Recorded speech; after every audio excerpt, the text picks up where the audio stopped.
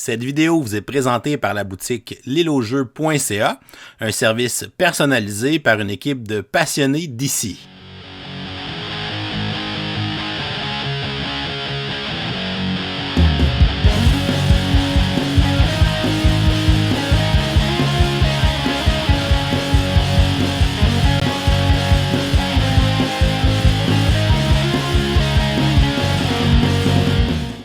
Bonjour chers amis joueurs, ici LP, bienvenue à cet épisode particulier de Kickstarter 101 or Not, dans lequel cette fois-ci je ne te présenterai pas un jeu, mais je vais te présenter les Gearlocks de Too Many Bones, qui sont les personnages que tu peux choisir dans Too Many Bones. Pour l'instant, il y en existe 12, il y en a 6-7 qui s'en viennent avec la prochaine boîte de Too Many Bones Unbreakable. Fait que je réajusterai le classement une fois que cette boîte-là va sortir. Mais pour l'instant, ce que je vais te faire, c'est de te les présenter très brièvement chacun, 3 à 5 minutes chaque Gearlock, et te les classer de ceux que j'aime le moins jusqu'à ceux que j'aime le plus, en t'expliquant brièvement pourquoi. On parle quand même d'une vidéo, d'après moi, de 40 à 50 minutes, là, 3 à 5 minutes par Gearlock, ça devrait tourner à ça. Dans les timestamps, je vais te faire des chiffres d'un à 12 pour aller vérifier directement ce qui t'intéresse. Et là, évidemment, je vais assumer que tu connais déjà les règles de Too Many Bones, ou à tout le moins que tu as déjà une base en Too Many Bones. Je n'expliquerai pas comment ça fonctionne, puis je vais utiliser la terminologie qui vient dans le jeu. Fait que si jamais tu sais pas comment ça fonctionne, ben, j'ai déjà une vidéo qui explique les règles de Too Many Bones, tu peux aller voir ça. Mais là, pour l'instant, ce que je m'en vais faire, c'est que je m'en vais classer les 12 Gearlocks qui existent, de 12 jusqu'à 1. Donc, mon choix numéro 12, c'est Dart. Dart, qu'est-ce qu'il y a de spécial? Il y a plusieurs choses. Premièrement, il y a différents de ces embranchements de compétences qui vont être des statuts qui vont infliger à des adversaires ou à des alliés. Et ces statuts-là, de la façon qu'ils vont fonctionner, c'est qu'il va avoir à dépenser des dés d'attaque pour pouvoir combiner avec ces statuts-là puis infliger ces statuts-là à des ennemis. Lui, il ne pourra pas jamais attaquer un ennemi avec plus qu'un dé d'attaque à la fois. Par contre, il peut attaquer plusieurs ennemis sur le même tour de jeu, mais en leur consacrant un dé d'attaque et potentiellement ses dés de statut en même temps. Fait qu'il va y avoir des dés qui vont faire du poison, nuire au déplacement, faire des dégâts s'ils se déplacent, des trucs comme ça, les rendre confus. Il va y avoir différents effets. Il y a 3 arbres de compétences qui sont ici. Il y en a un qui est plus rapport avec son sanglier, c'est son autre effet spécial. Son sanglier, ben, il va pouvoir le monter, ça va lui donner du déplacement gratuit à tous les tours de jeu, ça c'est intéressant. Ça va lui permettre de garder sa dextérité pour d'autres choses. Et son sanglier, une fois par tour de jeu, il va pouvoir devenir fou et l'enrager, une fois par partie. Puis quand il l'enrage, ben, il va littéralement tourner son tapis de jeu. Il y a une représentation de la map de combat juste ici. Et là, il va se déplacer sur cette map-là selon le nombre de dés qu'il y a en bones présentement. Ça va avoir rapport avec ça.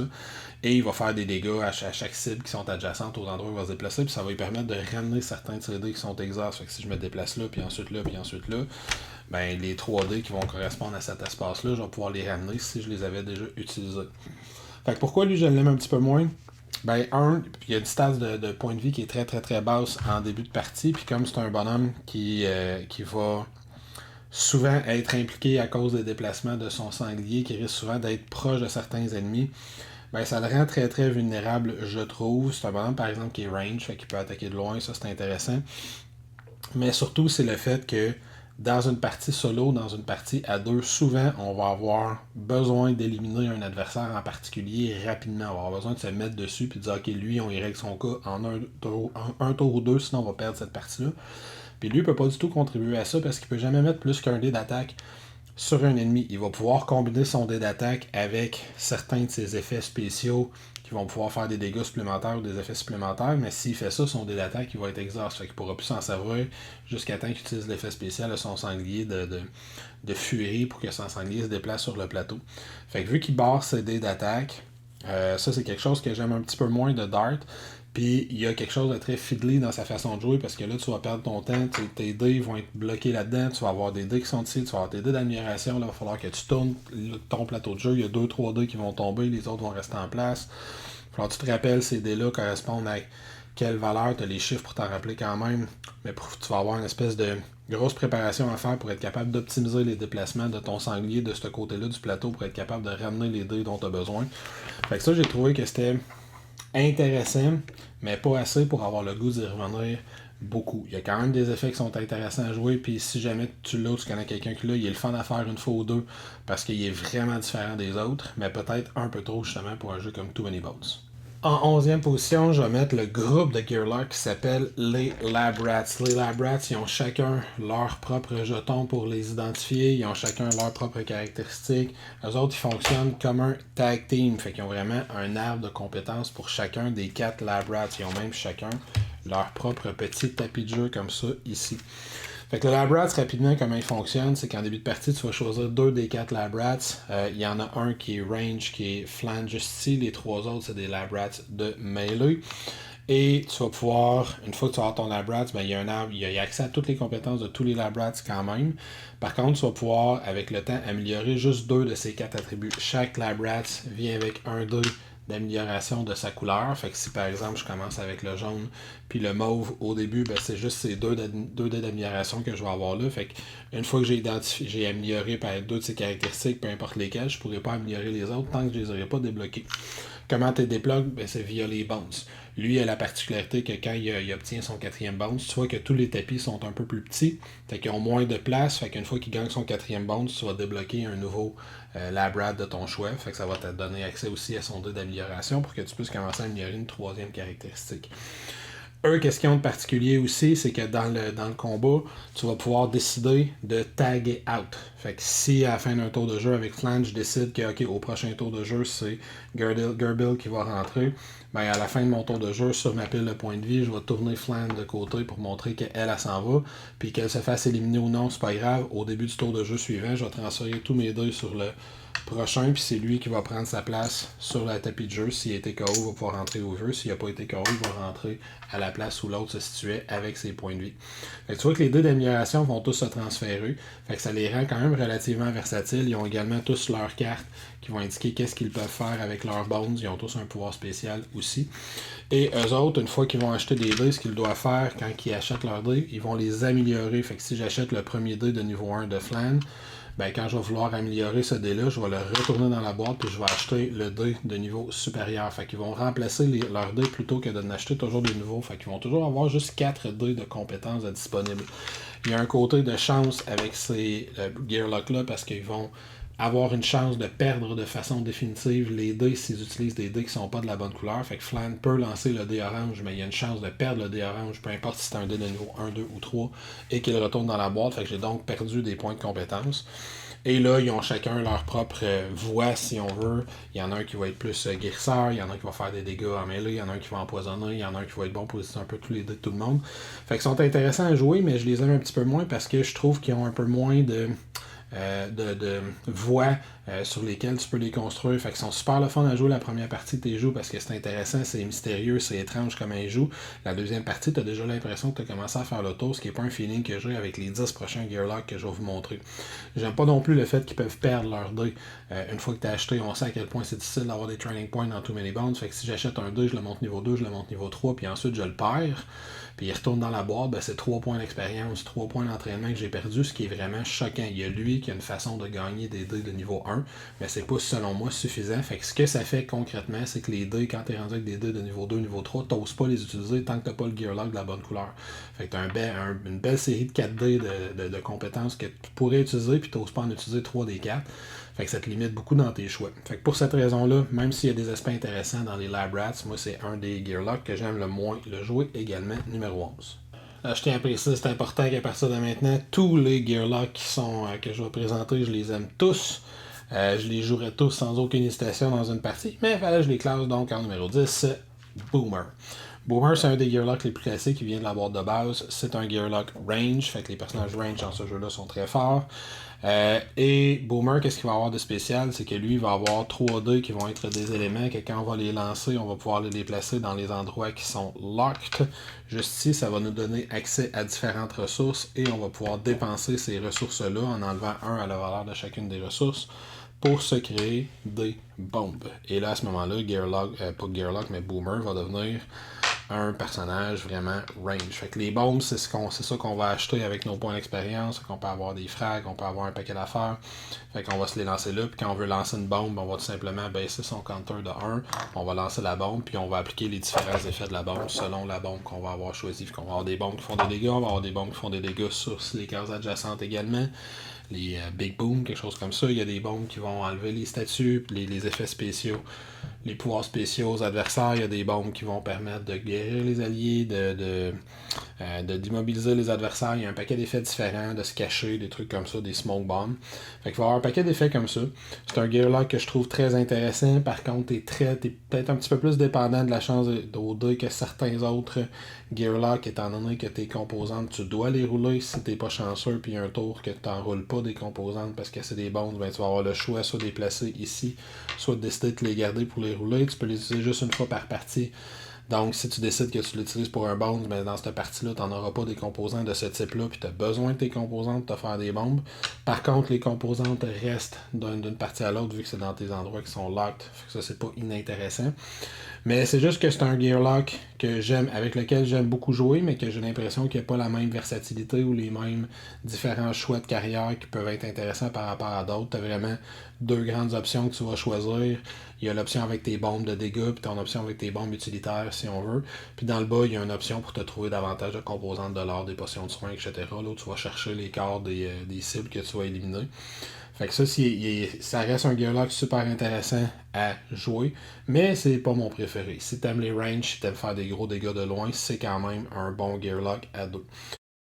En 9e position, je te mets Patches, qui est un autre Gearlock de la boîte de base, qui est un personnage très classique dans sa façon de jouer, c'est le healer du groupe. Il y a quand même différentes voies qu'il peut voir. Tu vois qu'il y a deux gros arbres de compétences. Là. Il y a le rouge qui est ici, puis le bleu qui est comme ça ici, qui va assez loin. Principalement, il va avoir un arbre où il va pouvoir guérir ses alliés, lui-même ou ses alliés. Puis il va avoir un arbre où il va pouvoir créer des espèces de stimulants. Fait que ça, des améliorations des dégâts, des résistances, des buffs de points de vie, des trucs comme ça. Il peut même avoir quelque chose où il va augmenter de façon permanente les points de vie de ses alliés.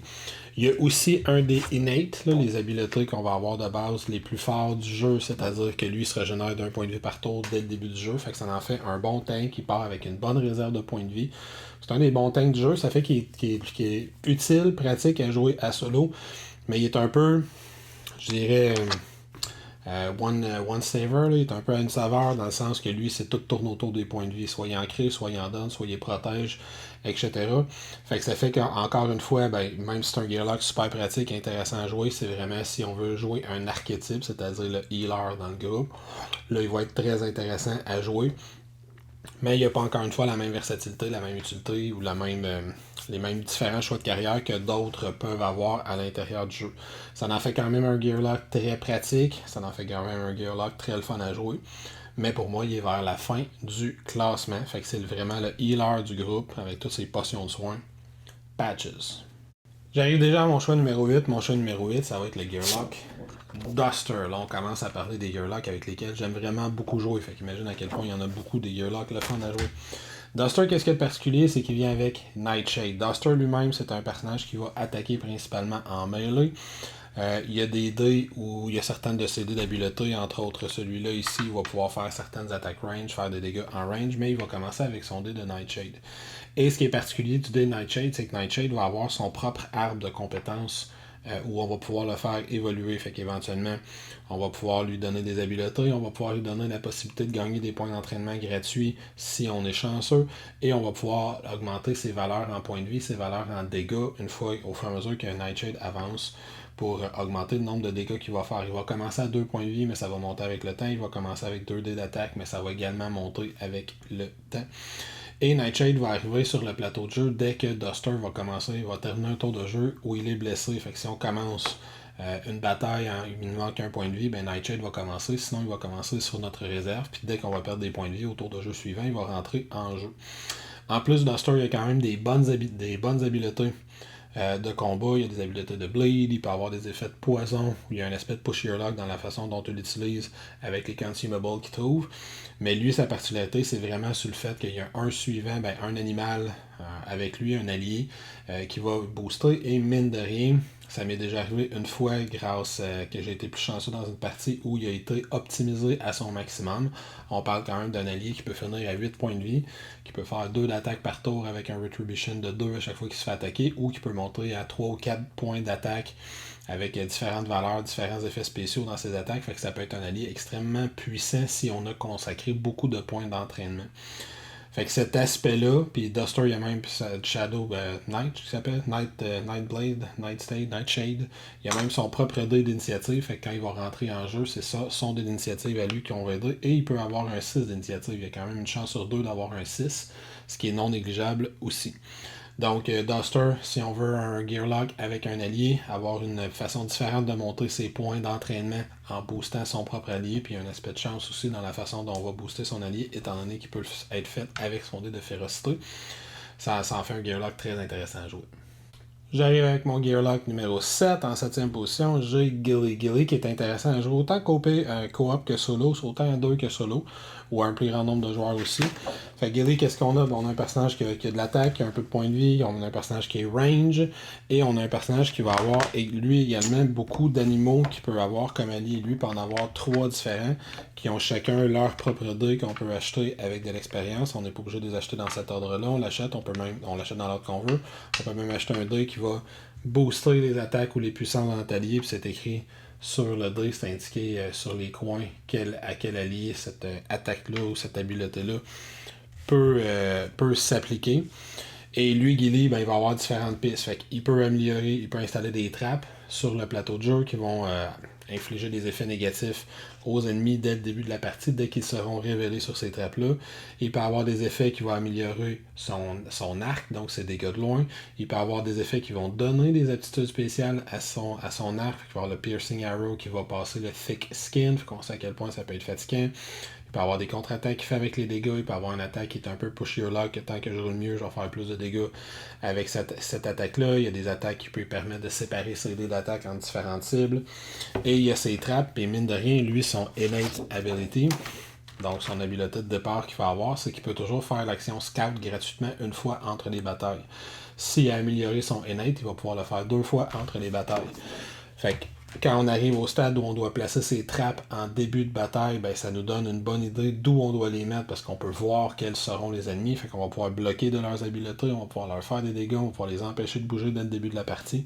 Ça nous donne des gros avantages en début de partie. Fait que pour ces raisons-là, ben Gilly, ça en fait un Gearlock super le fun à utiliser, super intéressant à utiliser. Puis encore une fois, c'est un Gearlock range. Il n'y en a pas énormément des Gearlock range. Fait que ça lui donne la capacité de descendre des gros ennemis rapidement en début de partie quand on est mal pris. Fait que s'il est mixé avec un autre Gearlock efficace ou qui peut subir des coups, ou même en solo, c'est un excellent Gearlock à utiliser, donc Gilly. On arrive donc avec mon choix numéro 6, c'est le Gearlock Tantrum. Tantrum, c'est le barbare du groupe. Lui, il est tout dans l'attaque, se déplacer rapidement, piocher fort, etc. Puis ses mécaniques vont tourner autour de ça. C'est pas un Gearlock qui est facile à utiliser. Lui va avoir 3 dés qui vont commencer sur sa fiche de départ. Il va avoir son dé de rage, son dé de hache, son dé de body count. Le dé de rage, c'est le dé le plus important. C'est ce dé-là qui fait que Tantrum il est difficile à utiliser. Tu sais, Tantrum, c'est un Gearlock qui part avec une attaque puis un nombre de points de vie tout à fait décent, une dextérité qui est correcte, mais il part avec aucune défense. Fait que c'est vraiment un personnage très offensif. Son dé de rage, la façon qu'il fonctionne, c'est qu'à chaque fois qu'il subit des dégâts ou qu'il en fait, il va augmenter la valeur après la virgule de son dé de rage. Fait qu'il va passer à 1.2, 1.4, 1.6, 1.8 éventuellement. Il peut monter jusqu'à 2. S'il est à 1.8, il va avoir l'option, s'il a acheté son dé de rage supplémentaire, parce que dans le fond, en début de partie, c'est que son dé de rage va aller dans sa zone active, comme ça ici.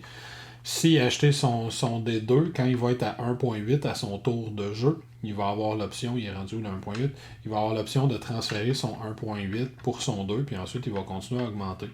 L'idée, c'est qu'on peut faire un exhaust avec son dé de rage à n'importe quel moment pendant son tour de jeu pour gagner le bonus qui est associé. Dans ce cas-ci, par exemple, ça serait de se guérir de 2. Si j'étais à 1.4, ben, c'est de gagner 2 bonus, fait que le dé s'en va juste ici. Fait qu'il y a tout ce dé-là qui est à manager selon les dégâts, parce que si on termine son tour de jeu puis on a dépassé le point 8, là, par exemple, si je monte à 2.8, je pourrais potentiellement l'augmenter sur mon dé de valeur 3-0 si ça arrive à mon tour de jeu, mais si je subis un dégât de tour, puis je finis mon tour de jeu et je suis à 3 sur ce dé-là et non sur celui-là, on voit qu'il y a un petit cog, mais ça veut dire que je perds toute ma rage et je recommence avec une rage de 1.0. Fait que tout ce que j'ai accumulé se perd d'un coup. Fait que Tantrum, il y a toute cette gestion-là de la rage à utiliser. Il y a un dé qui peut acheter qui va l'aider à gérer sa rage ou peut le rouler pendant son tour de jeu pour se donner plus -2, plus -4, plus -6, et ainsi de suite. Fait que tout ça qui est géré, qui n'est pas évident à gérer, sauf que s'il réussit à l'augmenter, il peut gagner potentiellement des dés pour tuer instantanément des adversaires. Par exemple, le dé à 3.8, il y a une petite tête de mort, il peut tuer un adversaire de niveau 20 ou moins d'un seul coup, comme ça, sans lancer de dés. Ça, c'est des niveaux 5 et moins, des niveaux 1 et moins. Fait que ça, c'est une mécanique qui est super intéressante à utiliser, mais qui n'est pas facile à utiliser, mais ça le rend très intéressant. En plus de ça, il y a une capacité, il y a différentes façons pour lui de gagner un counter qui est un nombre de haches qu'il peut avoir. Lui, s'il fait un Fortnite Discoveries, il va augmenter son nombre de haches à 3, et ces haches, il peut les cliquer down une fois par tour pour faire de dégâts sur une cible qui n'est pas adjacente. En plus de ça, à chaque fois qu'il tue quelqu'un, et ça arrive souvent, il va augmenter son body count. Son body count, il peut le réduire pour se guérir d'un nombre de points égal à ce qu'il a enlevé à son body count. Fait qu'il y a quand même des belles variétés. En plus, ses habiletés sont intéressantes aussi. Il y a un truc ici qui peut gagner pour empoisonner les cibles qui l'attaquent. Il y a un truc ici qui peut gagner, par exemple, pour se donner la capacité de Spot Skin. C'est l'autre. Hardy, qui va subir juste un point de dégâts par tour de jeu, peu importe le nombre de dégâts qu'il subit. Il y a un paquet d'autres effets qu'il peut activer, par exemple, pour désactiver les habiletés spéciales de son adversaire. Il y a plein d'autres capacités intéressantes, mais c'est vraiment sur cette ligne-là où il va aller chercher toute son originalité si on décide d'aller chercher ces habiletés-là. Fait que c'est vraiment une bonne bête, une brute offensive là, qui est intéressante à jouer, mais qui a quand même des options de survie sur son plateau de jeu qui vont jouer. Donc, mon numéro 6, Tantrum. Numéro 5, un Gearlock qui est particulier pour différentes raisons, et j'ai nommé le Gearlock Nugget.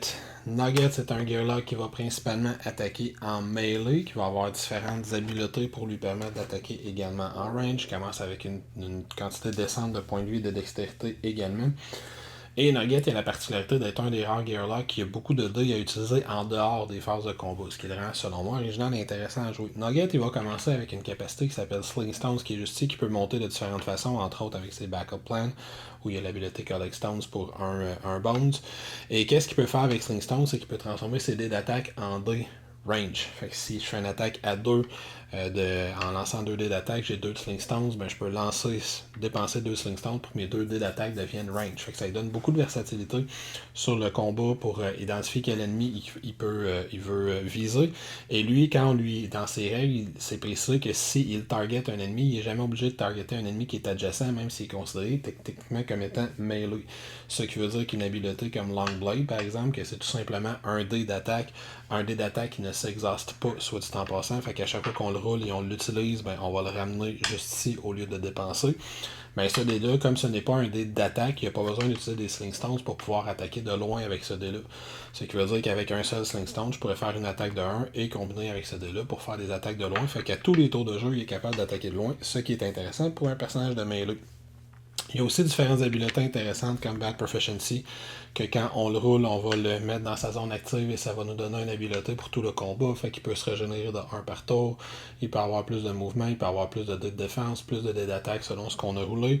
Un de mes dés préférés dans tous les Melee Bones, c'est le dé Lucky, qui est juste ici. Le dé Lucky, on va le placer sur la face de son choix si on l'a, par exemple. Je pourrais dire, ben tiens, je me guéris d'un, puis à chaque fois que je fais un attaque, un jet de dés, si je n'ai pas de bones pendant mon tour de jeu au complet, ben, je vais activer l'effet de Lucky. Fait que je trouve ça intéressant. Ça donne des effets intéressants aussi. Et notre ami Nugget va avoir bien des habiletés où il va pouvoir trouver du loot pendant les combats, littéralement, ou trouver la fameuse map pour le Ebonite Darway. S'il y a ce dé-là, il va pouvoir le rouler, puis il y a une chance, comme dans ce cas-ci, de trouver la rencontre spéciale Ebonite Darway qu'on va aller brasser dans le deck. Ça, c'est intéressant. Il y a également ce dé-là, juste ici, qui va lui donner des bonus pour ses lockpicking en utilisant le Trove Loot. Fait qu'une fois que je vais l'avoir roulé, si par exemple j'ai un 3 ici, ben c'est un 3 que je peux utiliser pour ouvrir n'importe quel des 3 serrures du prochain Trove Loot que je vais faire, ou je peux être chanceux puis obtenir directement le symbole pour ouvrir une serrure au complet. On sait que des fois les Trove Loot peuvent monter jusqu'à 5 ou 6, ça peut être très difficile. Fait que lui, il a cette habileté-là que je trouve aussi super intéressante. En plus de d'autres habiletés où il peut potentiellement se déplacer très rapidement, il va éviter des attaques complètes avec l'habileté Sidestep. Il y a même l'habileté déjà vue que s'il est chanceux, s'il roule ça ici, ça va lui permettre de jouer 2 tours consécutifs, fait que de jouer un deuxième tour dans la même phase d'initiative. Fait qu'il y a beaucoup d'habiletés qui est super intéressant. Il est intéressant à jouer, c'est difficile d'acheter tous les effets qu'on veut acheter. Il peut faire du bleed, il peut lancer des espèces de bolasses à ses adversaires pour pour leur bloquer le déplacement ou leur faire perdre des trucs, leur faire perdre des points d'attaque, des trucs comme ça. Il est super intéressant. Et en plus, il y a un innate extrêmement intéressant où à chaque fois qu'on pige du loot, il va piger 2 loot, en garder un. Et si on réussit à améliorer son innate, à chaque fois qu'on va piger du loot, il va piger une carte de loot de plus. Fait que c'est vraiment un chasseur de trésors qui a beaucoup d'habiletés qui s'utilisent en dehors du combat, ce que je trouve très intéressant et c'est pourquoi dans mon top de Gearlock, Nugget est classé numéro 5. Allons-y maintenant avec mon choix numéro 4. Mon choix numéro 4, c'est Tink. Tink, qu'est-ce qu'il y a de particulier, c'est que c'est notre constructeur de robots. C'est un fabricant. Fait que lui, Tink, il va venir avec plusieurs chips comme ça ici. Si tu as le pack Allies, sinon tu vas juste les dénoter avec tes dés. Et lui, sa particularité, c'est que ce qu'il va faire pendant son tour de jeu, il va essayer de se construire des robots pour les déployer sur le plateau de jeu. En partant, il y a toujours un robot, fait que pour un point de dex, il peut déployer son robot. Son robot, il va partir. On voit ici un petit chiffre en turquoise. Il va avoir une activation qui est gratuite pendant le tour de jeu, mais je peux dépenser de la dex avant de le déployer pendant mon tour de jeu pour augmenter la valeur du robot à 2 par exemple. Ici, je peux le monter à 3, potentiellement à 4, puis même ça, je pense que ça peut aller jusqu'à 5. Ça va être le nombre de tours de jeu que ce robot-là va pouvoir s'activer pendant mon tour de jeu, que je vais pouvoir lui donner des actions. En plus de ça, au fur et à mesure qu'on développe son arbre de compétences qui est juste ici, toute la ligne bleue qui est autour, fait qu'au fur et à mesure qu'on gagne des training points, on va pouvoir les dépenser pour acheter différentes habiletés. Mais quand je vais déployer mon robot, je vais pouvoir lancer le dé qui est juste ici et ça va me donner quelles habiletés je peux activer sur ce robot-là. On voit que le dé indique un certain nombre de flèches, fait que c'est moi qui vais décider dans quelle orientation je le place ce dé-là après l'avoir roulé. Fait que si par exemple j'avais ce dé-là ici, ben j'aurais le choix, soit je le place comme ça puis je lui donne un de ces deux-là, soit je le place comme ça puis je lui donne le dé qui est ici. Les robots, éventuellement, on va s'en acheter des nouveaux. Fait que je pourrais acheter le robot qui est juste ici, par exemple, qu'on voit que lui part avec une valeur de 2 au lieu de partir avec une valeur de 3. Et il y a un petit symbole de cog de 2 au lieu d'avoir un symbole de cog de 1 sur ce dé-là. Non, lui aussi, il y a un symbole de cog de 2. Fait que tous les robots peuvent commencer avec 2 améliorations. C'est le robot le plus fort ici qui peut en avoir 3 améliorations si je le trouve grâce à un Fortinet Discoveries. Fait que quand je vais appliquer mes améliorations, disons que j'ai mis mes flèches comme ça, mais je pourrais donner ces 2 dés-là à ce robot-là. Disons que j'ai dépensé un peu de dex pour l'améliorer, ben là je peux dépenser un point de dex pour le déployer sur le plateau de jeu. Et à tous les tours de jeu, pendant mon tour de jeu, je vais pouvoir dépenser de la dex pour déplacer ce robot-là. Je vais pouvoir dépenser 1 ou 2 points de dex pour lui faire utiliser ces habiletés-là. Fait que là, dans ce cas-ci, il y aurait une armure de 2 pour le tour et il pourrait attaquer une cible non adjacente à lui pour 2. Fait qu'il se promènerait comme ça sur le plateau de jeu. Et pendant qu'il se promène, ben si moi j'ai l'autre dé et si j'ai acheté le dé qui est ici, fait que si j'ai acheté mon robot numéro 2 et ma deuxième forme d'amélioration, ce dé-là va avoir été exhaust quand je vais avoir déployé mon robot, ben, je pourrais lancer ce dé-là ici, disons que je le place comme ça ici, ça me donne accès à ces 2 dés-là. Fait que je pourrais tout de suite commencer à déployer mon deuxième robot en lui donnant des nouvelles habitudes. Potentiellement, à tous les tours, il donner un petit peu de dex pour qu'il commence avec un peu plus d'énergie. Puis quand ce robot-là va être éliminé, je vais pouvoir déployer celui-là où j'ai des habiletés de bounce pour pouvoir se faire exploser lui. Fait que lui, il y a une mécanique qui est quand même pas facile à aller chercher parce que tu es dépendant de ce que tu roules sur ce dé-là. Là, j'ai été chanceux dans mon jet de dé que j'ai fait, mais tu peux très bien rouler que tu peux pointer seulement vers une habileté du coin. Fait que tu dois choisir lequel des 4 coins que tu actives. Tu peux rouler que tu déploies sur une habileté orthogonale. Fait que tu as intérêt à choisir des habiletés qui sont quand même assez diversifiées. Fait que c'est pas nécessairement ce que tu voulais exactement pour la game que tu prévoyais faire. Mais il y a une super belle versatilité dans l'utilisation de ces robots. Il peut y en avoir éventuellement 2 que tu vas activer dans la partie. Si tu as ton Fortinet Discovery, tu vas pouvoir utiliser ton robot niveau 3 qui est intéressant aussi. Il peut avoir des consumables qui permettent de guérir ces robots. Lui-même peut déployer des habiletés pour bloquer les pouvoirs des ennemis ou pour guérir ses robots ou pour se cacher derrière son robot selon le besoin. Fait que vraiment une belle versatilité. Ces robots, en plus, ils vont faire des dégâts fixes. Ce robot-là, par exemple, fait 2 de dégâts, alors que son robot de base ne fait que 1 de dégâts, mais il ne lance pas des dés. Ils ont quand même un bon nombre de points de vie pour des alliés qui commencent, fait 4, 5, 6 selon le niveau du robot qu'on utilise. Fait que c'est vraiment des pouvoirs qui sont intéressants à utiliser. C'est un personnage qui est intéressant à développer, mais qui n'est pas facile à jouer. Sa grande difficulté, c'est surtout dans les premiers rounds des premières games. Comme il y a une initiative, si tu roules pas bien sur ton initiative pour commencer la partie, ben, ça se peut qu'au premier tour de jeu, tu n'as pas encore de robot déployé, fait que tu deviens la cible de certains adversaires. Comme tu commences avec 3 points de vie puis une défense, t'es pas particulièrement fort, fait que ça se peut que tu te fasses piocher. Ça m'est arrivé des parties de mourir, surtout dans une partie en solo, de mourir avant d'avoir déployé mon premier robot. Mais dès qu'on réussit à déployer un robot, si on joue en coop, puis l'autre il nous aide un peu, puis on réussit à avoir une couple de robots qui commencent à se promener, ben un robot à la fois, mais qui commence à se promener, faire plein de dégâts, plein d'habiletés. Ils ont toutes des habiletés intéressantes aussi que je peux activer sur mon robot. Ça devient super intéressant comment tu vas jouer Ting pendant une partie, et pour cette raison-là, c'est mon choix numéro 4. Donc, nous voilà déjà dans le top 3. Restons donc dans la thématique des bots pour mon top 3. Mon choix numéro 3, c'est Gasket, qui est un robot. Donc, il y a plusieurs avantages qui sont liés à ça. Il n'est pas facile à jouer parce que lui, il va tourner autour de la mécanique du Hydro. Il va commencer avec 2 dés. Ce dé-là, au début de chaque bataille, il va commencer à une valeur de 5. C'est sa réserve d'énergie en Hydro. Et à chaque fois qu'il va s'activer, il va avoir à lancer le dé qui est juste ici, en plus de tous ses autres dés, et ça compte dans sa dex. Fait qu'il va avoir à gérer ça. Il y a toujours comme un point de dex de moins par tour parce qu'il doit lancer ça. S'il le roule et il obtient le petit bound vert, il est obligé d'aller le placer dans son bound juste ici, son backup plan, et il doit utiliser ce dé-là avant la fin de son tour. Fait que s'il a été combiné avec d'autres dés, il va pouvoir activer des effets plus hauts, mais il va être toujours minimalement obligé d'activer le premier effet pour pouvoir récupérer ce dé-là. Deuxième chose, s'il a roulé la petite goutte d'eau, ben, ça indique qu'il doit dépenser un de ses Hydro pour pouvoir s'activer ce tour-là. On ne doit pas en manquer, évidemment, pour pouvoir être activé. Et ça, c'est obligatoire de le rouler à tous les tours. Éventuellement, avec les points d'entraînement, il va pouvoir s'acheter des nouvelles réserves d'Hydro pour en avoir de plus en plus, pouvoir s'activer plus longtemps pendant la partie. Surtout que lui, la particularité qu'il va avoir, c'est que s'il utilise ses dés de compétences, ça va écouter du Hydro. Il y a d'ailleurs une toute petite goutte sur le coin du dé pour indiquer que chaque dé de compétence coûte du Hydro à utiliser. Fait que si je utilise ces 2 dés-là dans un tour, par exemple, ben ça me coûterait 3 dex à utiliser. Et là, ici, on voit que je dépense 1 d'Hydro. Je vais dépenser 1 d'Hydro supplémentaire parce que j'ai utilisé un de mes dés de compétences. Et je vais dépenser 2 d'Hydro supplémentaires parce que j'utilise un deuxième dé de compétence. Fait que si je veux utiliser beaucoup d'Hydro, ça va me prendre beaucoup de dés, ça va me prendre beaucoup d'Hydro, utiliser tout ça. Ce dé-là, je dépense l'Hydro juste si j'en ai pas dépensé d'autres. Fait qu'au total, présentement, dans cette circonstance-là, j'en dépenserai 3. Lui m'en fait dépenser 1, lui m'en fait dépenser 2. Et lui, il me dit, si j'en ai pas dépensé ce tour-là, j'en dépense 1. Mais là, j'en ai déjà dépensé avec mes autres 2. Donc, ces habiletés vont faire un paquet d'affaires différentes. Là. Dans ce cas-ci, c'est une habileté où je peux pousser des adversaires, je peux ensuite me déplacer moi-même. J'ai des habiletés où je peux faire des dégâts à des cibles qui sont adjacentes, des cibles qui sont loin, je peux électrifier du monde, je peux faire un paquet de cossins, je peux accrocher du monde avec un câble, c'est grab si je me trompe pas ici, puis éventuellement les tirer vers moi avec une chaîne. Il y a un paquet d'effets différents qu'il peut faire qui sont très intéressants. Et une affaire que j'adore.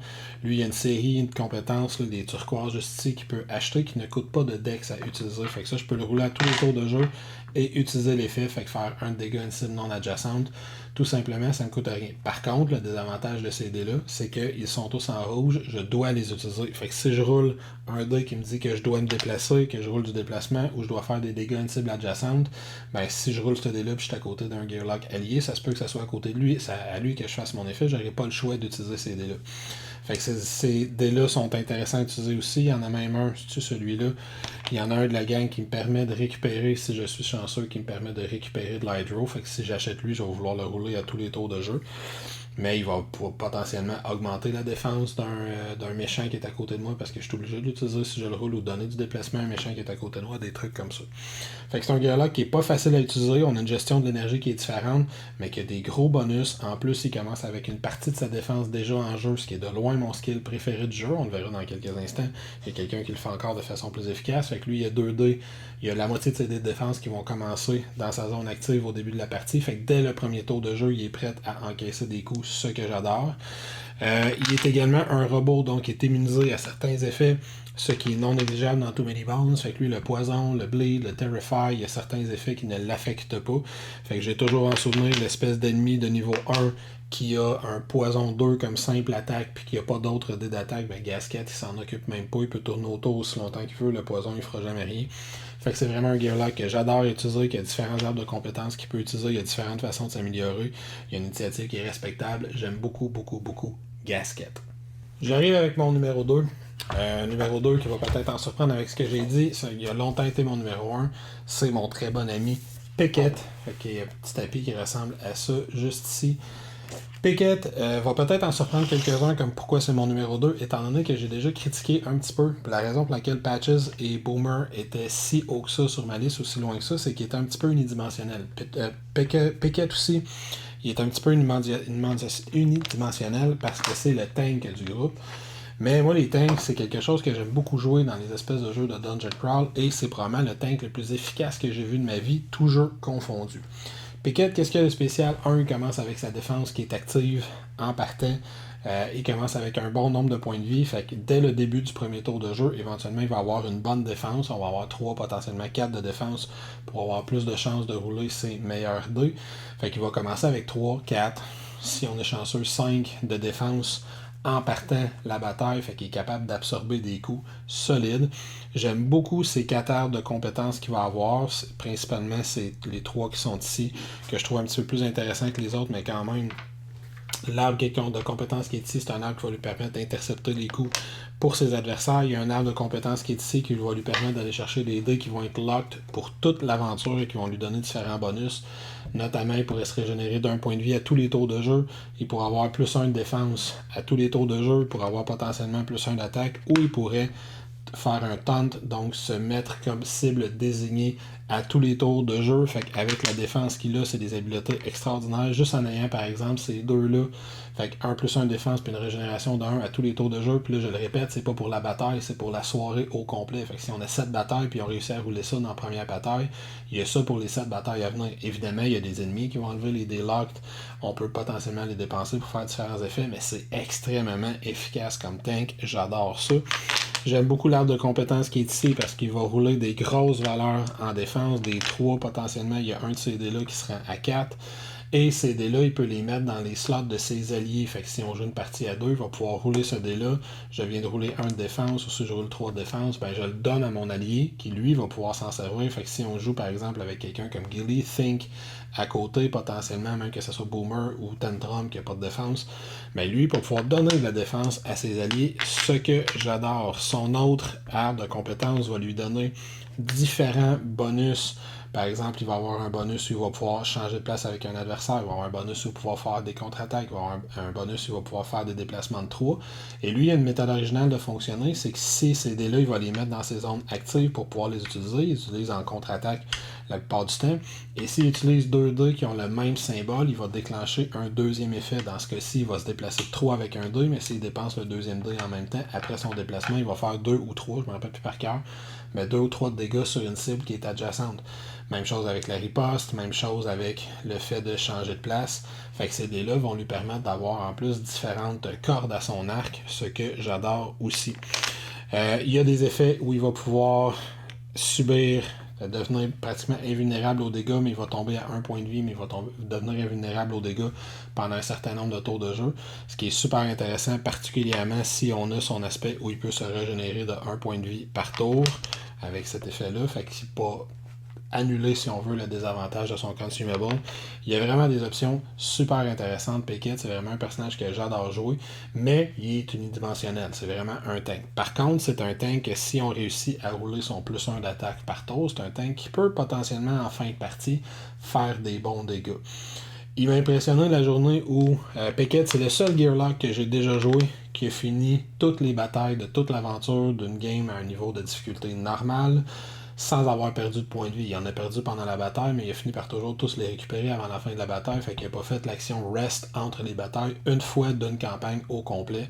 Fait que c'est vraiment un Gearlock que j'aime beaucoup, beaucoup, beaucoup. Si t'aimes le genre de tank, ben tu dois essayer ce Gearlock-là. C'est vraiment le tank le plus efficace de l'histoire des tanks, selon moi. Pickett. Comme tu es quelqu'un qui connaît ces Gearlock, tu auras compris que mon choix numéro 1, c'est donc Stanza. Stanza qui est la barde parmi les Gearlock. Fait que comment fonctionne Stanza, pourquoi je l'aime tant à jouer, ben c'est que Stanza, elle va avoir des chansons. Elle a une arbre de compétences qui va lui permettre de développer des coups d'hache qu'elle donne littéralement avec sa guitare. Toutes ces autres arbres de compétences qui, tu vois, fonctionnent de façon croisée, vont lui permettre de développer des chansons. Fait en début de partie, au début de chacune des batailles, Stanza va avoir à rouler ce dé-là qui va lui donner son espèce de réserve de chansons, de sa capacité musicale pour l'auto. Dans ce cas-ci, cette bataille-là, je commençais avec une capacité de 3. Disons que avec le temps, j'ai acheté quelques-unes de mes chansons pour donner un peu des exemples de comment elle va fonctionner. C'est que l'idéal, c'est que pour un point de deck, ça peut activer l'une des chansons. Les chansons vont aller dans ces places actives. Disons que j'essaye d'activer cette chanson-là.